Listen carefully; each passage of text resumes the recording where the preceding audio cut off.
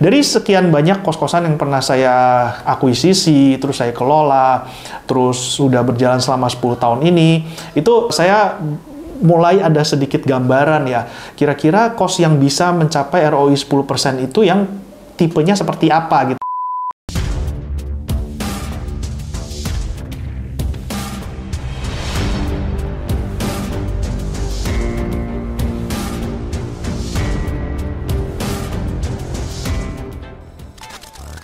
Halo teman-teman, ketemu lagi dengan Andi di channel King Kos, si Raja Kos. Nggak berasa nih ya, saya udah lama nih nggak bikin video, udah hampir sebulan ya. Dan nggak berasa juga, ternyata subscriber saya udah 10.000. Hore! Jadi saya mengucapkan terima kasih buat teman-teman yang udah subscribe dan mendukung saya untuk terus berbagi, untuk terus sharing ilmu-ilmu tentang kos-kosan. Semoga channel saya ini bisa berguna ya buat teman-teman semua. Meskipun tetap aja sih, ada beberapa orang yang masih nyinyir, yang kadang-kadang ngeritiknya juga asbun ya, asal bunyi, terus suka ngawur ngomongnya. Nah, biasanya kalau yang kayak gitu-gitu sih, kalau saya lagi nggak ada kerjaan, saya tanggepin tuh, saya layanin gitu ya. Tapi sebagian besar sih subscriber saya, semuanya tanggapannya oke, positif, dan saya bersyukur banget kalau memang ilmu saya yang saya sharingkan ini bisa berguna buat teman-teman sekalian.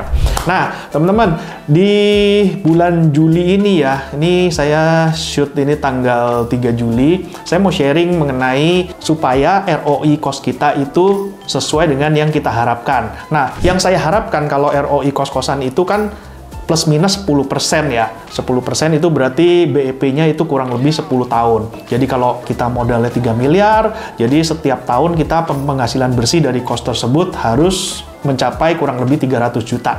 Nah, dari sekian banyak kos-kosan yang pernah saya akuisisi, terus saya kelola, terus sudah berjalan selama 10 tahun ini, itu saya mulai ada sedikit gambaran ya. Kira-kira kos yang bisa mencapai ROI 10% itu yang tipenya seperti apa gitu loh, yang karakteristiknya seperti apa, spesifikasinya seperti apa. Teman-teman, kalau teman-teman nanya ya, kos-kosan saya tuh ROI-nya berapa?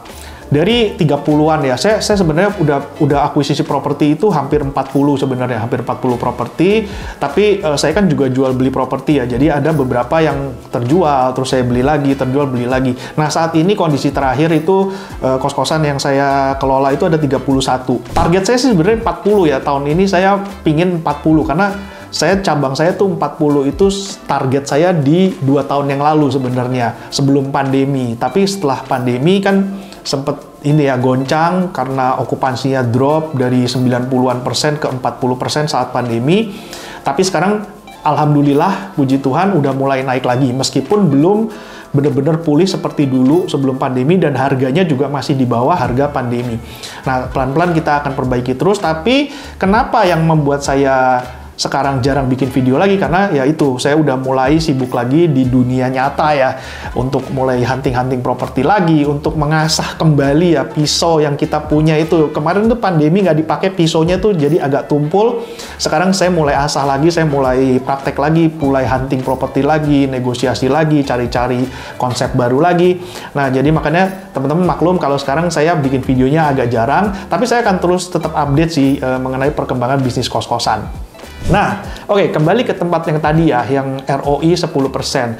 Kalau saya menganalisa ya, dari sekian banyak kos-kosan yang saya punya dan sudah sekian tahun, 10 tahun ini saya kelola, itu ternyata kos-kosan yang bisa ROI-nya 10%, itu yang paling penting, yang nomor satu adalah kita bisa mendapatkan properti dengan harga murah. Itu udah yang paling penting.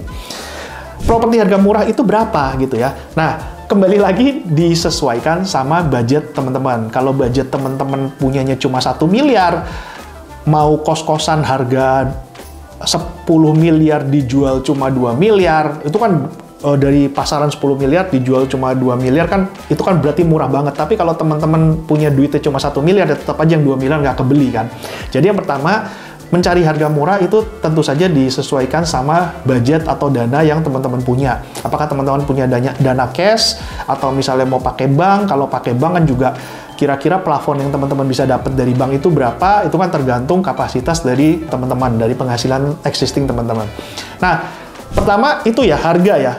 Bagaimana caranya kita mendapatkan harga murah? Itu pas pandemi kemarin sebenarnya adalah timing yang sangat tepat. Teman-teman kalau punya dana itu beli saat pandemi itu benar-benar di titik terendah. Kalau sekarang harga udah mulai naik lagi. Jadi sekarang nggak sebanyak dulu sebelum pandemi. Kita cari properti yang murah sekarang udah mulai agak susah lagi. Meskipun masih ada. Kenapa masih ada? Nanti di video berikutnya saya akan ulas ya.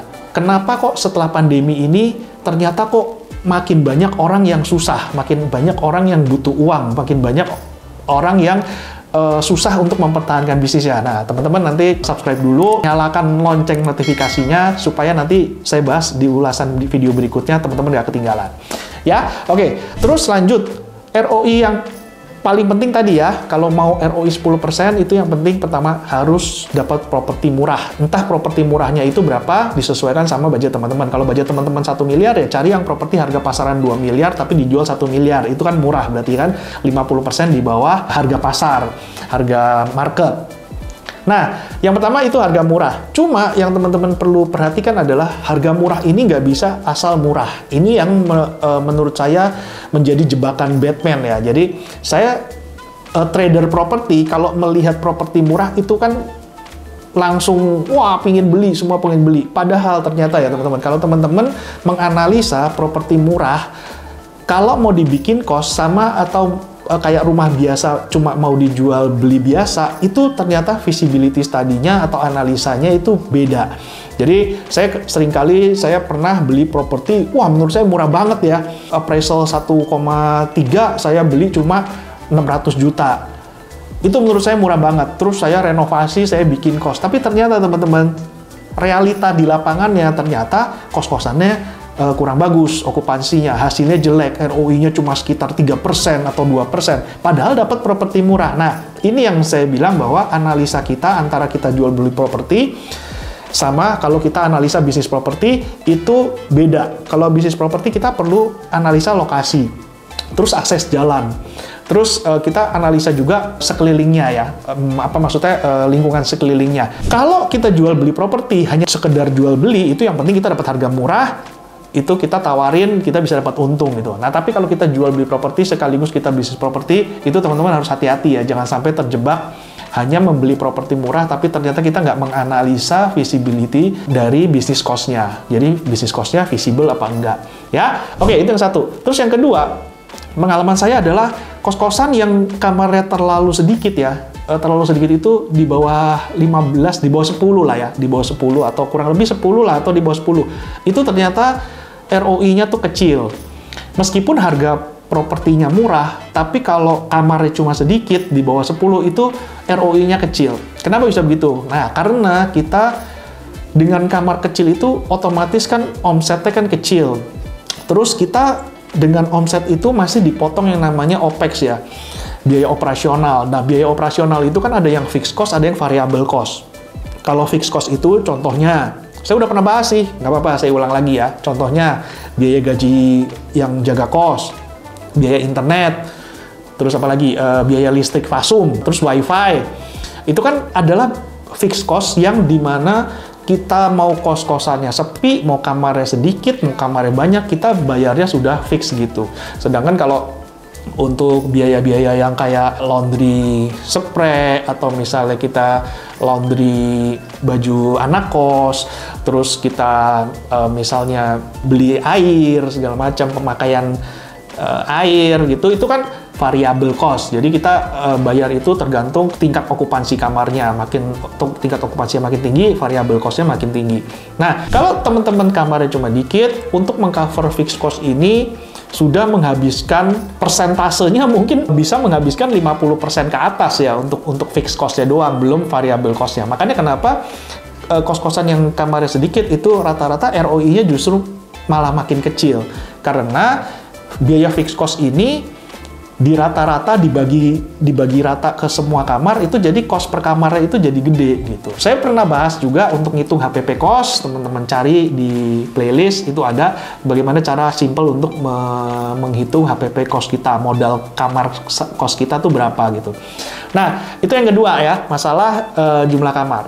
Terus yang ketiga adalah lingkungan. Nah, teman-teman harus hati-hati ya. Jadi teman-teman kalau misalnya mau akuisisi kos-kosan, kita ngelihat, wah harganya murah banget gitu. Terus kita lihat jumlah kamarnya misalnya bagus gitu, misalnya 20 kamar gitu. Tapi ternyata teman-teman juga harus menganalisa yang namanya lingkungannya. Karena lingkungan tertentu itu sangat sulit kita untuk berbisnis kos ya. Contoh ya, saya ambil contoh gini.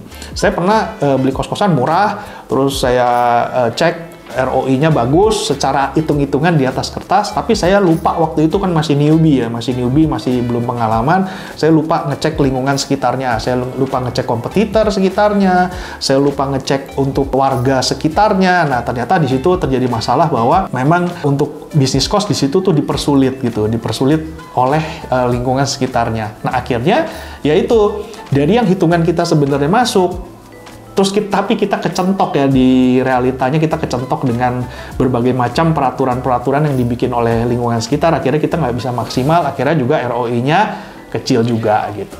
Nah itu ya teman-teman yang 3 poin yang tadi saya bahas. Tapi yang terpenting adalah kita kalau mau bisnis properti, kita harus analisa dan mempelajari feasibility study-nya itu untuk bisnis kos. Ya, bukan untuk jual beli properti. Karena kalau dua itu digabungkan itu agak susah ya. Kadang-kadang saling bertolak belakang gitu tuh antara analisa untuk jual beli sama analisa untuk bisnis kos itu sendiri gitu. Oke teman-teman, biar nggak kepanjangan, sampai di sini dulu videonya. Nanti saya akan teruskan topik berikutnya. Teman-teman subscribe dulu dan sampai ketemu di video yang akan datang. Dadah!